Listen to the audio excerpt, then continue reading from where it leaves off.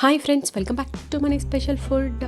இந்த வீடியோவில் ரொம்ப சூப்பரான சன்னா கிரேவி எப்படி செய்கிறது அப்படின்னு பார்க்கலாம்.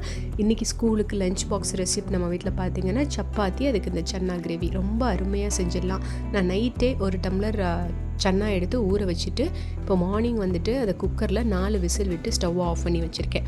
அடுத்து பார்த்திங்கன்னா இங்கே ஒரு பேன் அடுப்பில் வச்சுட்டு அதில் ஒரு 4-5 டீஸ்பூன் கிட்ட நம்ம ஆயில் சேர்த்துக்கலாம். இந்த ஆயில் சூடானதும் இதில் ஒரு டீஸ்பூன் ஜீரகம் சேர்த்துட்டு கொஞ்சம் இந்த பிரிஞ்சி இலை, இந்த ஏலக்காய், அது கூடவே கொஞ்சம் இந்த கல்பாசி, இந்த பூவெல்லாம் சேர்த்துருக்கேன். கொஞ்சம் கரம் மசாலா எல்லாம் சேர்த்து அதெல்லாம் நல்லா பொரிஞ்சதும் இது கூட ஒரு பெரிய வெங்காயம் கட் பண்ணது நம்ம சேர்த்துக்கலாம். 1 இல்லைன்னா 2 பெரிய வெங்காயம் கூட நீங்கள் சேர்த்துக்கலாம். நல்லா பொடியை கட் பண்ணி இந்த மாதிரி சேர்த்துடலாம். இது நல்லா வதங்கட்டும் இந்த ஆயிலில். அடுத்து பார்த்திங்கன்னா நான் இங்கே 3 தக்காளி எடுத்திருக்கேன். எல்லாமே சின்னதாக இருக்கிறதுனால நான் 3 தக்காளி எடுத்திருக்கேன். நீங்கள் கொஞ்சம் பெரிய சைஸாக இருந்தால் 2 போதும். இப்போ இந்த தக்காளியை இந்த மாதிரி கட் பண்ணிவிட்டு நம்ம ஒரு மிக்ஸி ஜாரில் சேர்த்துடலாம். சேர்த்துட்டு இதை நல்ல பேஸ்ட்டாக நம்ம அரைச்சி எடுத்து வச்சிடலாம்.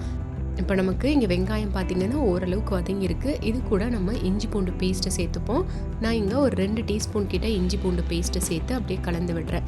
நல்லா அந்த இஞ்சி பூண்டும் வதங்கி நல்லா நமக்கு அது ஃப்ளேவர் வரும். அதுக்கப்புறமா நம்ம இது கூட அரைச்சி வச்சுருக்க அந்த தக்காளி பேஸ்ட்டை சேர்த்துக்கலாம். தக்காளி பேஸ்ட்டை சேர்த்துட்டு நல்லா இப்படியே கலந்து விட்டுப்போம். அதுவும் கொஞ்சம் ஆயில் அப்படியே வதங்கட்டும். அடுப்பு லோ ஃப்ளேமில் அப்படியே வச்சுக்கலாம். அந்த தக்காளி கொஞ்சம் நல்லா வதங்கட்டும், அடி பிடிக்காமல். இப்போ பார்த்திங்கன்னா நம்ம குக்கர் எடுத்துக்கலாம். இதில் நான் கொண்டக்கடலையை 4 விசில் விட்டு ஸ்டவ் ஆஃப் பண்ணி வச்சுருக்கேன். உப்பு சேர்த்து வேக வச்சு எடுத்துக்கோங்க. 1 டீஸ்பூன் உப்பு சேர்த்து இதை வேக வச்சு நான் இங்கே எடுத்திருக்கேன். இப்போ இதை நம்ம ஓப்பன் பண்ணிவிட்டு இதுலேருந்து ஒரு 2 கரண்டி கிட்ட நம்ம இந்த மிக்ஸி ஜாரில் எடுத்து சேர்த்துக்கலாம்.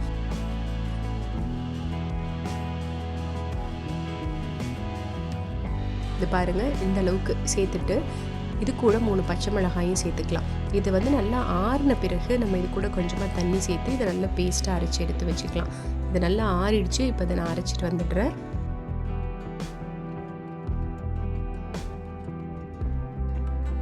பாருங்கள், இந்த மாதிரி அரைச்சிட்டு வந்துடலாம். இப்போ நமக்கு இந்த தக்காளி, வெங்காயம் இது எல்லாமே நல்லா வதங்கியிருக்கு. இப்போ இது கூட நம்ம அரைச்ச அந்த சன்னா பேஸ்ட்டு இது கூட சேர்த்துக்கலாம். சேர்த்து நல்லா இப்படியே மிக்ஸ் பண்ணி விட்டுடலாம். மிக்ஸ் பண்ணி விட்டுட்டு இது கூட மிளகாய் தூள், மல்லித்தூள்லாம் சேர்த்துப்போம். நம்ம 3 பச்சை மிளகாய் சேர்த்துருக்கோம். அதனால் நான் இங்கே 1 டீஸ்பூன் மிளகாய் தூள் சேர்த்துக்கிறேன். அது கூடவே 1 டீஸ்பூன் மல்லித்தூள், 1 டீஸ்பூன் சாட் மசாலா, 1/4 டீஸ்பூன் மஞ்சள் தூள் எல்லாத்தையும் சேர்த்துட்டு நல்லா அப்படியே கலந்து விட்டுட்டு இதை அடி பிடிக்க ஆரம்பிச்சிடும். அதனால் நம்ம தண்ணி சேர்த்துக்கலாம். கொஞ்சமாக தண்ணி சேர்த்து நல்லா இந்த மாதிரி கலந்து விட்டுட்டு லைட்டாக இதுவும் கொஞ்சம் லேசாக வதங்கினதும் நம்ம இது கூட இப்போ வேக வச்சுருக்க அந்த சன்னாவை எடுத்து அந்த தண்ணியோடு அப்படியே சேர்த்துக்கலாம்.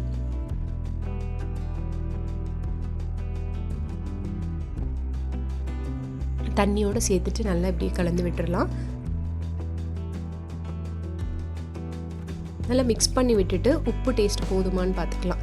நம்ம வேக வைக்கும்போது கொஞ்சம் உப்பு சேர்த்து வேக வச்சுருக்கோம். அதனால் டேஸ்ட் எப்படி இருக்குன்னு செக் பண்ணிவிட்டு உப்பு வேணும்னா சேர்த்துக்கலாம். சேர்த்துட்டு இப்போ இது கூட 1 டீஸ்பூன் கரம் மசாலா தூள் சேர்த்துட்டு நல்லா அப்படியே கலந்து விட்டுட்டு அடுப்பை அப்படியே மீடியம் ஃப்ளேமில் வச்சு மூடி வச்சு ஒரு 2 நிமிஷம் கொதிக்க விடலாம். இந்த மாதிரி கொதிக்க ஆரம்பித்ததும் நம்ம மூடியை ஓப்பன் பண்ணிவிட்டு அப்படியே திறந்தே வச்சிடலாம். அடுப்பை மீடியம் ஃப்ளேமில் வச்சு நல்லா நமக்கு இது கொதிக்கட்டும். இங்கே பாருங்கள், நமக்கு ரொம்ப சூப்பராக கொதித்து அருமையான ஃப்ளேவரில் இந்த சன்னா கிரேவி அழகாக இங்கே ரெடி ஆகிட்டுருக்கு. கொஞ்சம் திக்காக வந்ததும் நம்ம ஸ்டவ் ஆஃப் பண்ணிடலாம். இப்போ பாருங்கள், கரெக்டான ஸ்டேஜில் இருக்குது. இப்போ நம்ம ஸ்டவ் ஆஃப் பண்ணிவிட்டு இதில் கொஞ்சமாக கஸ்தூரி மெத்தி தூவிக்கலாம். ஒரு 2 டீஸ்பூன் கிட்ட சேர்த்துக்கலாம். சேர்த்துட்டு இப்போ இதை எடுத்து சர்வ் பண்ணோம் அப்படின்னா அருமையாக இருக்கும். குட்டீஸோட ஃபேவரட் டிஷ்ஷுன்னு கூட நம்ம இதை சொல்லலாம். சப்பாத்தி கூட இதை செஞ்சு ஸ்கூலுக்கு கொடுத்து விட்டோம்னா கண்டிப்பாக அன்றைக்கி டிஃபன் பாக்ஸ் க்ளீனாக வரும். நீங்களும் ஒரு டைம் வீட்டில் இந்த மாதிரி சன்னா கிரேவி ட்ரை பண்ணி பாருங்கள். இந்த வீடியோ பிடிச்சிருந்ததுன்னா மறக்காமல் மனை ஸ்பெஷல் ஃபுட்டுக்கு லைக் பண்ணுங்கள். இன்னும் சப்ஸ்கிரைப் பண்ணலன்னா சப்ஸ்கிரைப் பண்ணுங்கள். இதே மாதிரி ஒரு அருமையான ரெசிபியோடு நம்ம அடுத்த வீடியோவில் பார்க்கலாம். பாய்.